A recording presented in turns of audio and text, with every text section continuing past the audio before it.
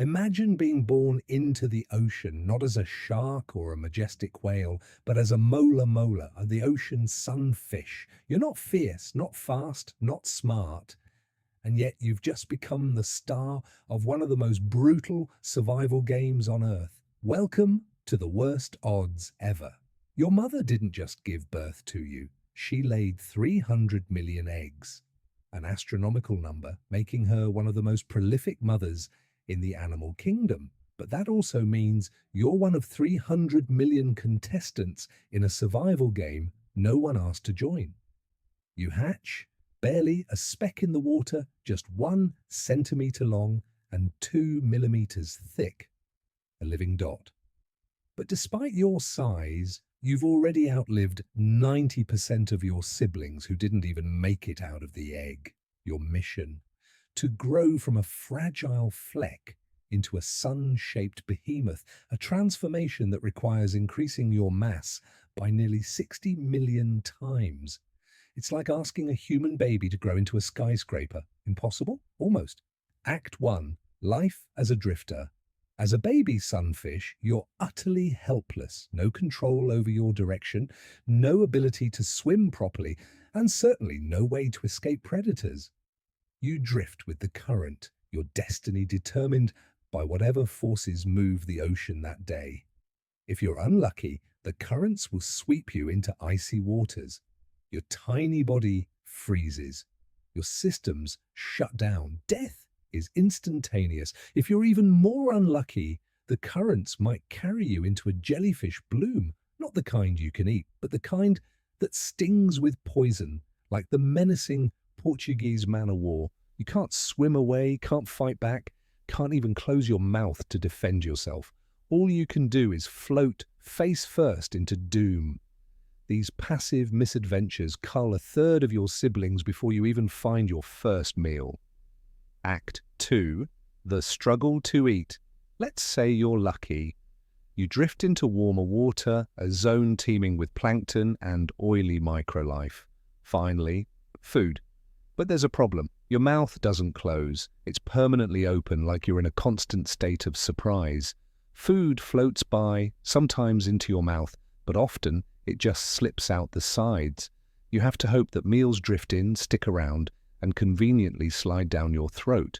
There's no hunting, no biting, no chewing. You're a passive participant in your own nutrition.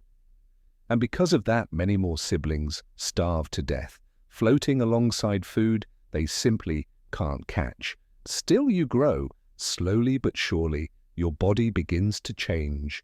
Your tail flattens into a strange rudder. Your body rounds out. You look like a flattened disc with fins. One day, you discover something miraculous. You can move. Not well, not fast, but enough to push yourself toward a target. You race toward what looks like a juicy jellyfish. Minutes pass, then half an hour, then a full hour. You're still chasing the same object. When you finally catch up, you realize it's not a jellyfish. It's a plastic bag. Congratulations. You're nearsighted. In fact, you're practically blind and you can't tell food from trash. Many of your siblings, too, consume so many plastic bags that their stomachs clog, swell, and fail. They die of starvation, full of garbage. Act 3. Natural-born victim. Time passes. You've survived currents, starvation, and plastic. But the ocean isn't done with you yet. Predators find you. First come the tuna, then mahi-mahi, then seals. Even juvenile sharks take a nibble. You try to flee, but your swimming speed is pathetic.